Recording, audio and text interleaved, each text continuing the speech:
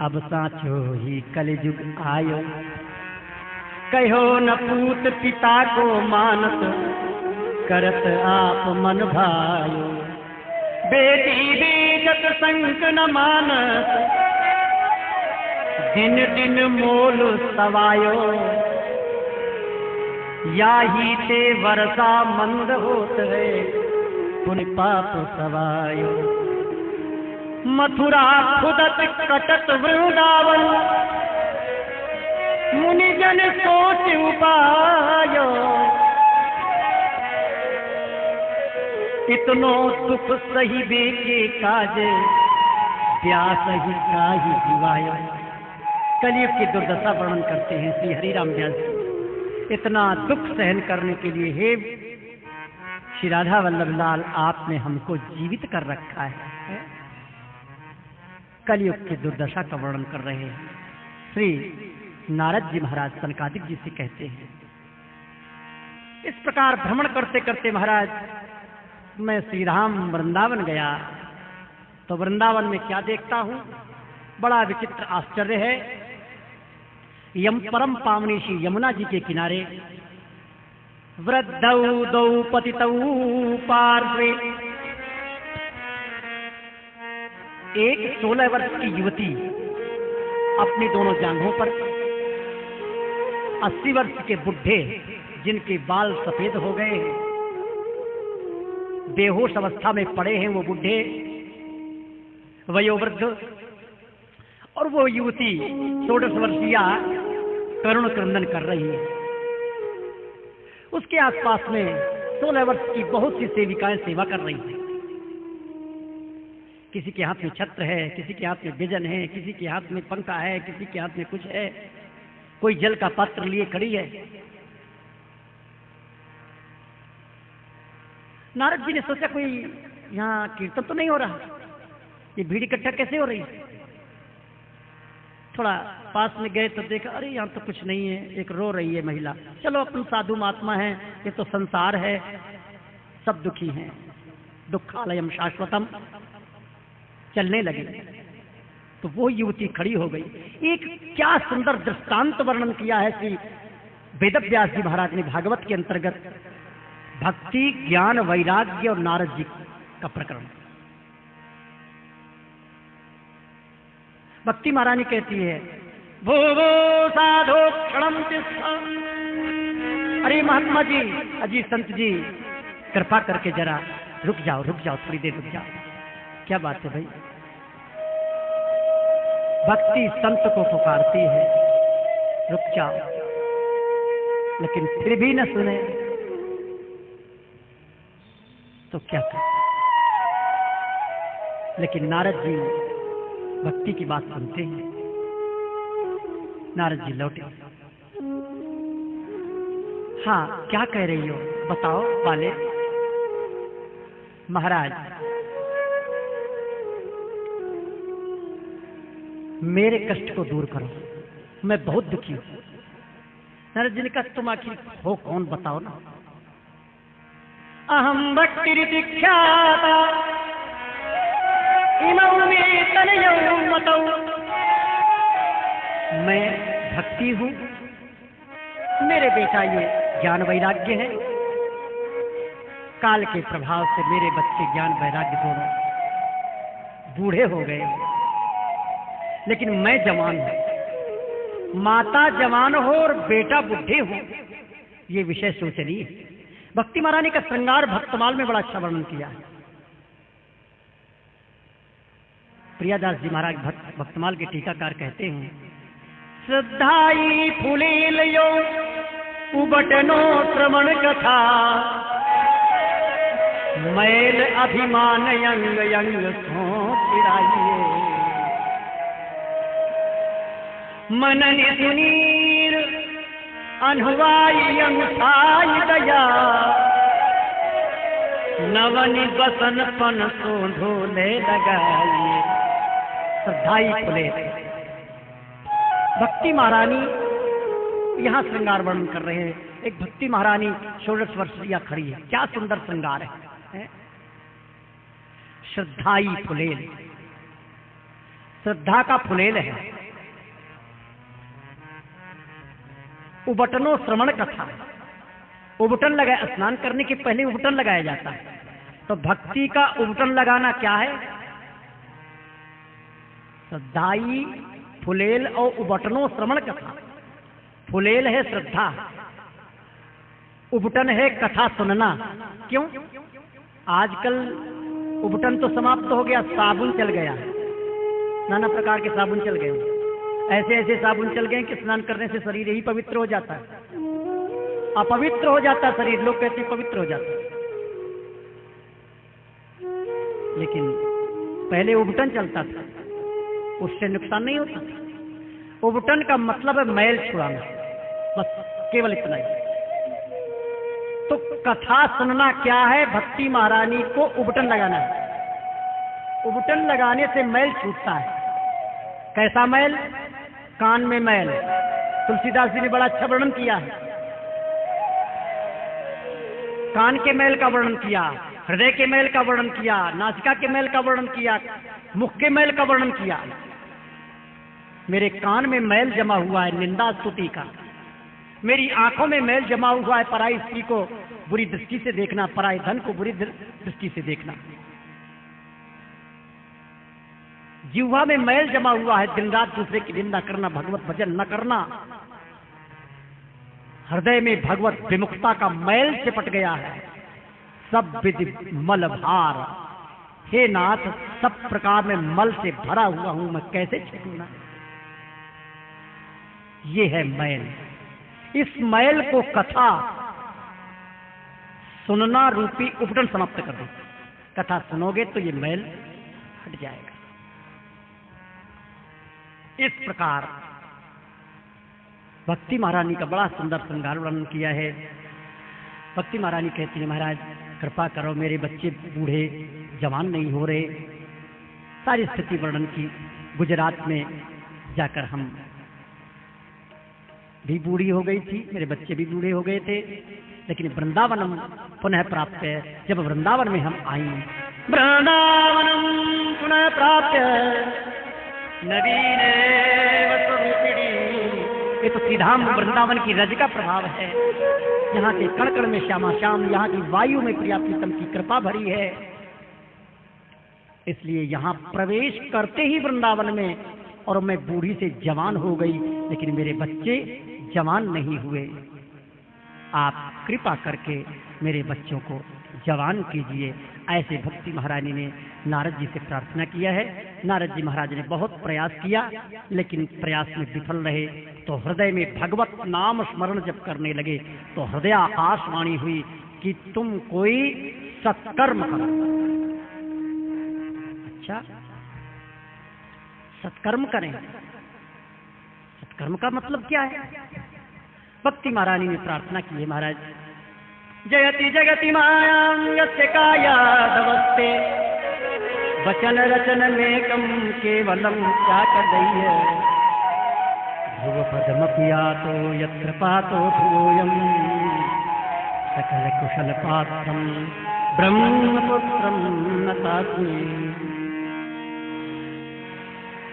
नारद जी की वंदना की, आपकी कृपा से श्री प्रहलाद जी महाराज परम गति प्राप्त किए, ध्रुव जी महाराज परम गति प्राप्त किए। इसलिए आप हम पर कृपा करो, मेरे बच्चे जवान हो। नारद जी कहते हैं, चिंता मत करो।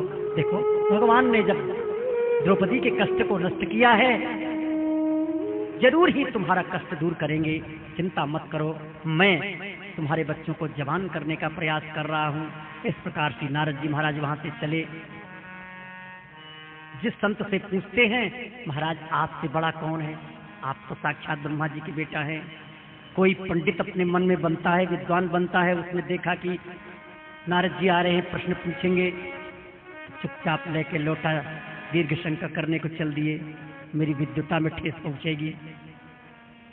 हाहाकार मच गया चारों तरफ से। नारद जी महाराज इस प्रकार दुखी अवस्था में सोचने लगे, कोई उपाय नहीं तो तपस्या करके भगवान को प्रकट करूंगा इस भूतल में, और भगवान से ही पूछूंगा महाराज सत्कर्म का अर्थ क्या है।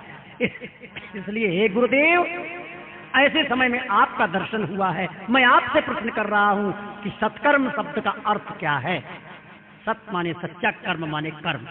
ये सत्कर्म है कौन सा कर्म? जिस कर्म के प्रभाव से ज्ञान वैराग्य जो बेटा हैं वो जवान हो जाए, भक्ति के पुत्र हैं। देखो एक बड़ा विचित्र विषय है यहाँ, भक्ति के बेटा ज्ञान वैराग्य हैं, ज्ञान वैराग्य की पुत्री भक्ति नहीं है। आप बहुत वैराग्य कीजिए, आप बहुत ज्ञान धारण कीजिए, केवल ज्ञान से उद्धार नहीं हो सकता, केवल वैराग्य से उद्धार नहीं हो सकता। हरि भक्ति महादेव्या सर्वा भुक्त्यादि सिद्धया भुक्तया शाश्वता तस्या बदलु व्रता। हरि भक्ति महादेवी हैं, इनकी सेवा में सब लगी रहती है, छोटी छोटी चीजियां। इसलिए ये भक्ति महारानी का आश्रय लेना पड़ता है। ज्ञान वैराग्य, भक्ति करने से ज्ञान वैराग्य प्रकट होता है। एक ज्ञान वैराग्य किया जाता है, एक ज्ञान वैराग्य प्रकट होता है। दो तरह का ज्ञान है, एक ने देखा बोले ये भी साधु बन गए तो हम भी साधु बनेंगे। एक ने तो विचार किया कि संसार में कुछ नहीं रखा, चलो भजन करके भगवत प्राप्ति करेंगे, तो साधु बन गया। दूसरे ने देखा अरे महात्माओं के यहाँ तो बड़ी मौज है, बड़े आनंद से लड्डू घुट रहे हैं, चलो हम भी साधु बन जाए।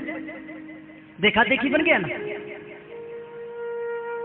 देखा देखी साधे जो चीजें काया पाढ़े हुआ।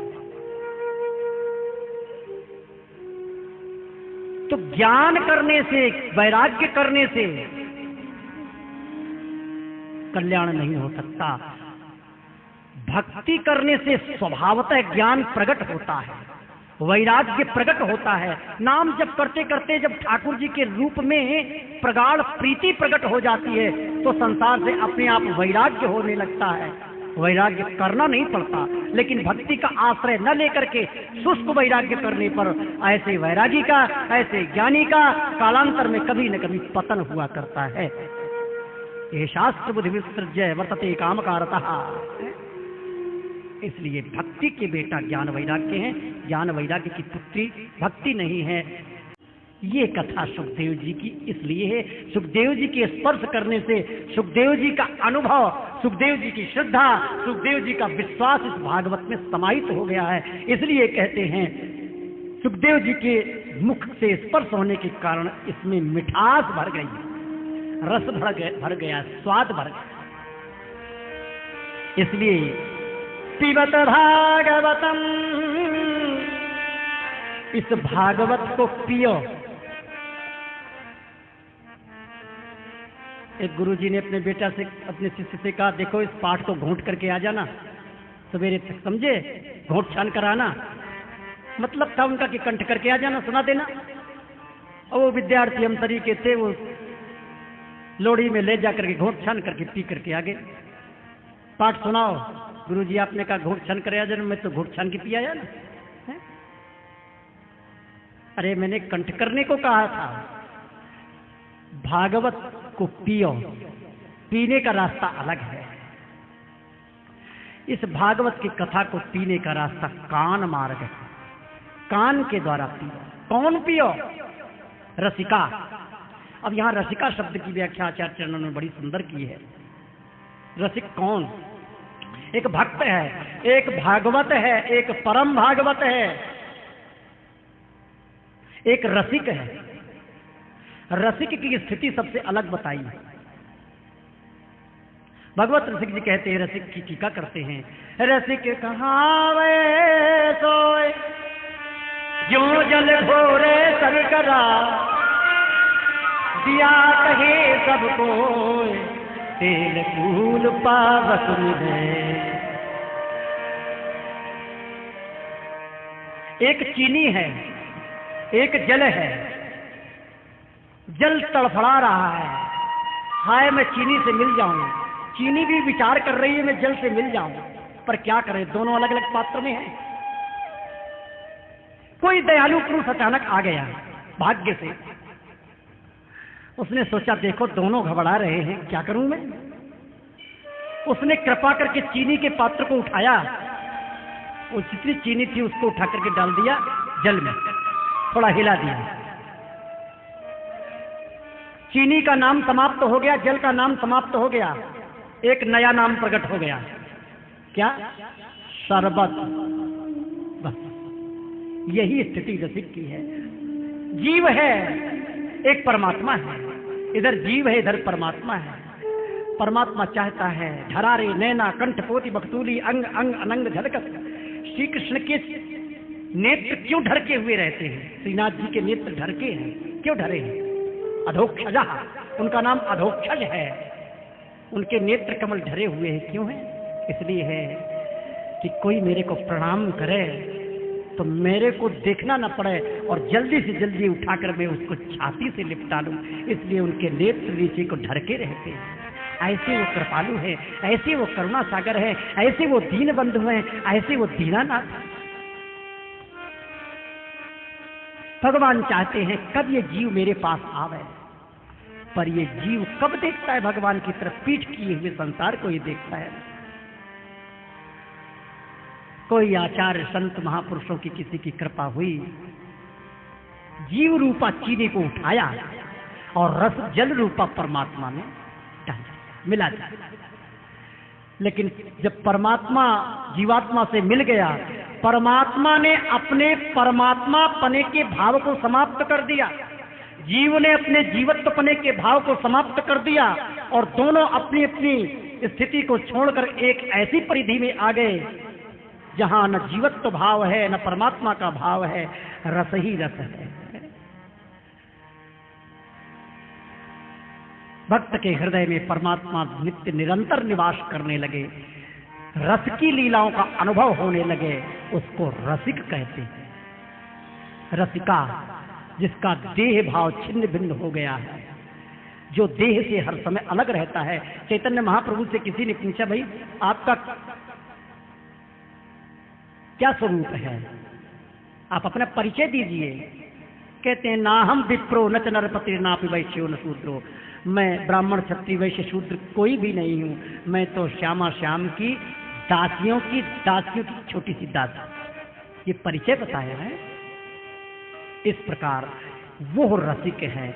ऐसे रसिक लोग भी कान से भागवती कथा श्रवण करो। धर्म है प्रोज्जित कैतमूत्र परमो निर्वत्तराणाम तताम वेद्यम वास्तवमत्र वस्तु शिवदम तापत्रयोर्मूलनम। श्रीमद् भागवत ग्रंथ में परम धर्म का निरूपण किया है। एक धर्म होता है, एक परम धर्म होता है। परम धर्म यदि पकड़ में आ गया तो धर्म छोड़ने में कोई पाप नहीं है, लेकिन परम धर्म पकड़ में नहीं आया और धर्म को छोड़ दिया, ऐसी परिस्थिति में संभलना बड़ा कठिन है? माता पिता की सेवा भी छोड़ दी, गृहस्थ धर्म भी छोड़ दिया और इस भगवत धर्म पकड़ में नहीं आया, ठाकुर जी की कृपा प्राप्त नहीं हुई, बीच में लटक गए। तो एक धर्म है, एक परम धर्म है। भागवत में परम धर्म का निरूपण किया गया है। धर्म का खंडन नहीं है, परम धर्म की प्रतिष्ठा है। धर्म से परम धर्म तक पहुंचने का रास्ता बताया है। वास्तव में इसमें परम कल्याण का विषय वर्णन किया है। तीनों तापों को जड़ से समाप्त किया गया है। महामुनि श्री कृष्ण गोपाल वेद व्यास जी ने भागवत ग्रंथ की रचना की है। भगवान श्री कृष्ण शीघ्र ही हृदय में अवरुद्ध हो जाते हैं, बंध जाते हैं जो भागवत की कथा सुनता है। श्रीमद् भागवतम पुराण तिलकम यद वैष्णवानां धनम। ये श्रीमद् भागवत महापुराण समस्त पुराणों का तिलक है। स्वर्गे सत्ते च कैलासे वैकुंठे नाट्यम रस है। स्वर्गलोक में, वैकुंठ में, शिवलोक में यह रस नहीं है। अतः हे भाग्यशालियों, इस भागवत के रस को पियो। इस प्रकार श्री सुखदेव जी महाराज स्वयं अपने श्रीमुख से भागवत की प्रशंसा वर्णन करने लगते हैं। ऐसी परिस्थिति में महाराज क्या दृश्य प्रकट हुआ। प्रहलाद तारधारी सरल गति दया धव कांतधारी वीणाधारी सुरंसी स्वर कुशलतया राग करता अर्जुनो।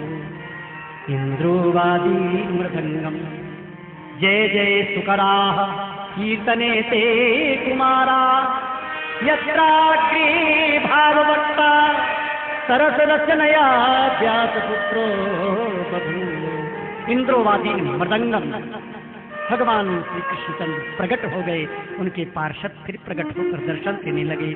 प्रहलाद जी महाराज ताल दे रहे हैं, उद्धव जी महाराज मजीरा बजा रहे हैं, श्री नारद जी महाराज वीणाधारी सुरर्षि, नारद जी महाराज तंत्र वाद्य के द्वारा, तार के वाद्य से, वीणा के द्वारा स्वरों से मीड़, गमक और मुर्की आदि प्रकट कर रहे हैं। श्री शनक नंदन सनातन सनत कुमार बार बार जय घोष कर रहे हैं। श्री सुखदेव जी महाराज भाव नृत्य कर रहे हैं।